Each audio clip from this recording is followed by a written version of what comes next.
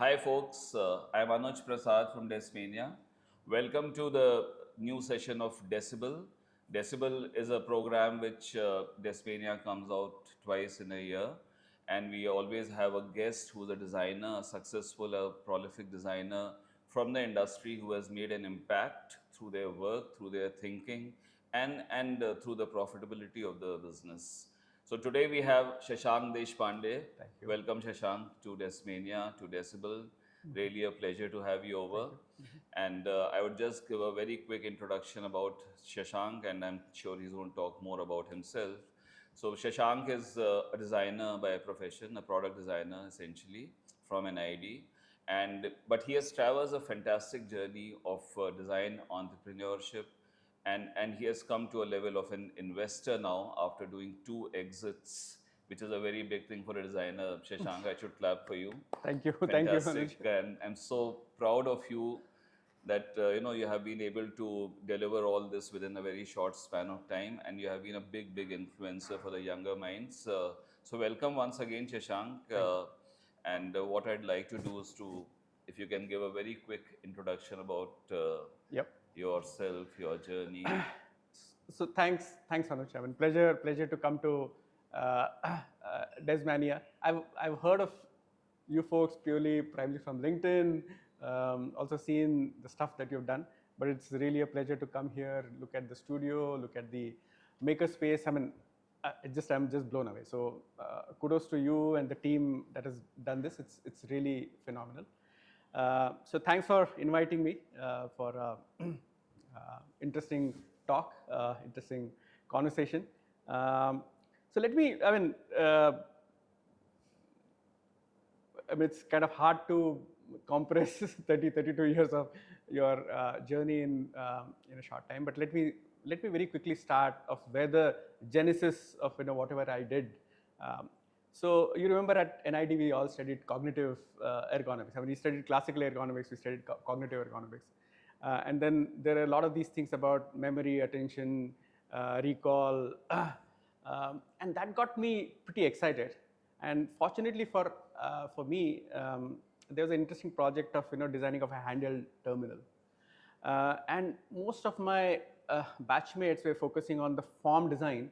I got very intrigued by how the information flow is happening, and you can say a lot of the seeds or the root of what I eventually did in my life got sown there. So so it was just, of course, NID was a phenomenal place to study, learn, but for someone where you got an opportunity to pick up some of the things from very basic cognitive ergonomic principles and apply that to and handle patient monitoring thing, to then building my organization, it was a phenomenal thing. I mean, this is only where very few can dream of whatever they want. That's what they ended up building. After I graduated from NID, it was a little bit of hard struggle because there are not too many jobs, right? I mean, people understood this as HCI, MMI, and much later it became a little more user-centered, etc. But so I built a small little company called Cubyts Design, working with different players. But very quickly started working with an US-based company that saw a lot of interest in that, and they said, okay, hey, why don't you come and join us? So it was not like an acquisition, but they sort of acqui-hired us and said, okay, hey, you and your team just come and join. And that's how I moved from Mumbai to Pune, and that's how my journey started. Eventually went on to do other things, but that's where I really started, and a lot of my bearing about how design entrepreneurship, building design-led businesses got seeded in this thing. Because wherever I would go, people had no sense of what user-centered design is, or what design can contribute to a software industry, right? And the first question was saying, okay, can you very slowly tell me how exactly can you contribute to this? I mean, they could understand that software developers did something, the people who could architect things, they could test things, but hey, what is a designer doing in this thing was sort of a little hard concept. So I started talking about the business value before even starting to do. So it's saying, okay, hey, this can help you do this. There were some very tactical things, but that's where it really started. And that's when it went on. So my journey kind of coincided with how the IT industry grew in India, how the UX industry grew in India. So been very fortunate to been there whenever phenomenal growth happened. No, I think I remember it so well that almost, I think 32 years back when we were at NID, and you were the only one who was, kind of laying all the emphasis on the cognitive ergonomics, and it was so all new at that time. I had actually no clue about it, and I also feel that as designers we actually think ahead of our times. But I think you were a futurist. You thought so much well in advance, and all these terminologies which you're talking about, like HCI, human interface, UX, UI, that was something which was a vocabulary not known to anyone in those days That at is all. right, yeah. So I'm sure it must have been a fairly big struggle for you to actually evangelize the industry with such kind of things, which was a pretty new science, and also kind of iced with design on top of it. Yeah. So I don't know if you recall, but my colloquium paper at NID was saying, okay, hey, there's going to be an emergence of a new field of design. I very well remember that. Yeah, where we are going to combine industrial design and visual design. At that time, I called it visual design. Yeah. To call it like I named it as interaction design. Yeah. And of course, Professor Vinay Kumar was very influential in sort of helping me shape that colloquium. But it was really, and I can see that happening over the years, where product designers with their analytical thinking and visual designers with all their visual creative thinking are coming together to build wonderful interfaces, wonderful applications. But yeah, I mean, my initial days, and I'll just narrate one story. TCS had come up with a very interesting application called EX, and there was actually an ad in the newspaper that was saying that hey, even a panwala can use it.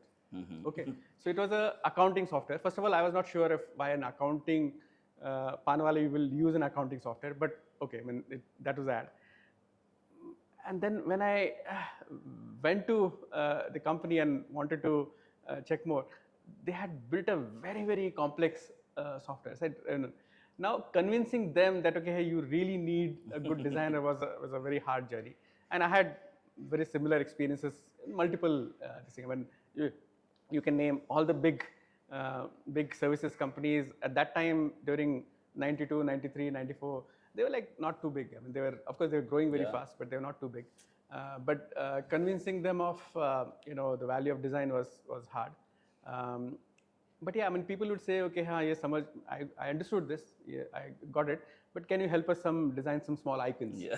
And I said, okay, and if that's the project, if that's what you want me to do, I would do that. But it really started saying, okay, hey, let's help on some small little things, and then eventually grew. But yeah, convincing about design was my you can say my biggest challenge at that time. And there's some very interesting routes that I took. So one of the things was that people will say, okay, hey, I don't understand what you're saying, but I say, okay, hey, if you don't understand, can I do like a training program for all your staff? And that they were happy that hey, there's someone coming and training. Yeah. Okay, good. So that's how I sort of made my intros. But an interesting, you can say interesting struggle, interesting journey during those first 8-10 formative years of my life of institutionalizing user-centered design, user experience design in various organizations. No, I think fantastic journey which you have taken, and I think the biggest thing which you have done is the contribution to this industry in a very big way, because I would think you are the founding father, one of the founding fathers of this industry, which is human-computer interface or interaction design. The name which you have given is actually a discipline now in the design schools. So fantastic, great name coined by you, interaction design, which covers a fairly large sphere of things related to human-computer interface. But tell me something, you have had a very successful journey of creating organizations and also exiting. And as a designer and as an entrepreneur, now these two things are very different, and many designers actually struggle to be entrepreneurs. So how did you actually bridge this gap between a designer and entrepreneur and making it successful? Yeah. Um, so uh, I think the primary thing is that I very soon realized that uh, there is there's an opportunity to combine both of them very early in my this thing, because both of them cannot be two different objectives, right? So my first, right from my beginning, my first conversation would be saying, okay, hey, how can you do this very closely? So the second company that I built, Claris Technologies, so we said, okay, hey, we're not going to create yet another technology company or yet another design company, but we said, okay, hey, how can we combine this into a single DNA? So there was a technologist on the team, and there were designers on the team. So this integrated DNA is what you sort of started to build, because I don't think, and then we said, okay, hey, design can work with technology to build solutions, design can work with marketing to build marketing solutions, but our approach was saying, okay, hey, how can you move from design as a service to design solution as a service? So how can you provide the end-to-end solution so that people just don't have to take some raw stuff and then process it later on. We said, okay, we'll give you the finished thing. So I think maybe that's how I started looking at it. I mean, it was not like you can say like a divorce thing, but I say, okay, how can we integrate this and do it in a much more integrated manner, rather than saying, okay, hey, there is a design, there is business, saying, okay, hey, let's put this together and move like an integrated approach rather than like a like a siloed approach. So that maybe that was the sort of the core thing that I did and I built in during my and all my endeavors have been pretty much in that direction. Okay, great. So see, user-centric design, which you have been talking about. Now we need to look at many more things than just user-centric design, and we're talking about eco-sensitivity. Now, eco-sensitivity combined with user-centric design combined with business, which means you're actually amalgamating all these things together to give value to the industry. I think value is the biggest thing which in the industry is looking at. The route is something which we can decide. It could be design thinking route or manufacturing, any which way. But at the end of it, we have to create value. And from your point of view, what would be your message to the young entrepreneurs, young designers, as to how they can really create value which is recognized by the industry, by the people, and it's a contribution to the society also? What's your opinion on this? So what I've seen in my this thing is that there are a lot of young designers who come to me and say, okay, hey, they are looking at starting design as a service, and my message to them is that, okay, hey, if you look at design as a service, there is probably a limited opportunity for you to grow, and especially because it's sort of it's a service, right? So I'm encouraging people to think about saying, okay, how can you be part of a design-led business rather being like a like four designers coming together and saying, okay, hey, let me start a studio. So the thought is that, okay, hey, can you work with a technologist? Can you work with a business person? Can you work with a financial person to see if you can build multiple of these design-led businesses? And there are a lot of examples around in the Indian ecosystem as well as in the international ecosystem. But I think that's the, in my opinion, the key mindset change that needs to happen, of saying, okay, hey, how can you look at, be part of a business that can be design-led rather than be like a design business. So I think in the role of an investor where you are right now, I think you are in the best position to actually, take forward this whole thought of design-led business. The DNA could be design, but what you are actually doing is value addition, and you also need to wear many hats. You can't just remain a designer. And that eventually happens, right? I mean, if you're running business, you'll of course contribute to saying, okay, how better you can hire people, how better you can do your marketing, how better you can ensure that the supply chains secured. So your design thinking and design philosophy can be applied principles can be applied to almost every part of it, and that would come naturally for any designer, like a board designer. So that, of course, and you can see the difference in thinking when when you're also interacting with other people, saying, okay, no, let's not look at this. Let's look at saying, okay, who's the user? What are we trying to do? How are we trying to do differently, better, etc. So that's been, I mean, of course, every designer's DNA, and you kind of naturally apply that to.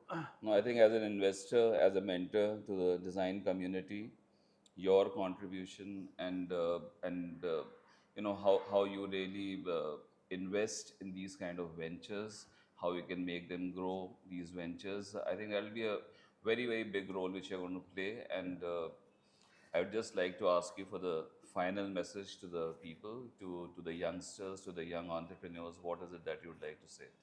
Yeah. So as an investor, any designer who comes to me and say, okay, hey, I'm setting up, I have a team, I'm setting up a design-led business, that really excites me. And I have, over a period of time, I've invested, funded several of those businesses, both as part of my personal angel contributor, or even as part of Pentathlon Ventures, where I'm the managing partner. So, so yeah, I mean, I think the key thing is that, okay, hey, if you can get a nice team together, if you can build a good idea, which is where the core is design, and I'm sure every design, I mean, if you take any product today, let's say take this product, there'll be of course there's design could be core, right? So if you can take that as a core and build stuff around it, there is a lot of opportunity. And internationally, I'm seeing that's what's happening. So it's very true. This is where the world. See, I had talked about innovation-led design, and we had made a program 20 years back, which is called innovation-led design. Then I read a lot about design-led innovation, you know, which means the designer thought process, user centricity, eco-sensitivity, and that leads to innovation. But what you're talking about is the bigger thing, which is design-led businesses. And what I see now, and with many of the companies whom we are advising and consulting, that people want to build design-led businesses, and I think that's the future which you're looking at. With this, I would like to conclude our session. Shashank, thank you very much for coming over from Pune all the way. Thank you. And you know, thank you, and wonderful talking to the to your team members. Your we're really looking forward to it. Your interaction with everybody out here. And I'm sure you'll be giving them a whole lot of inputs which will be useful. We'll be talking more about Thanks a ton. Thanks for being here. Thank you. Nice.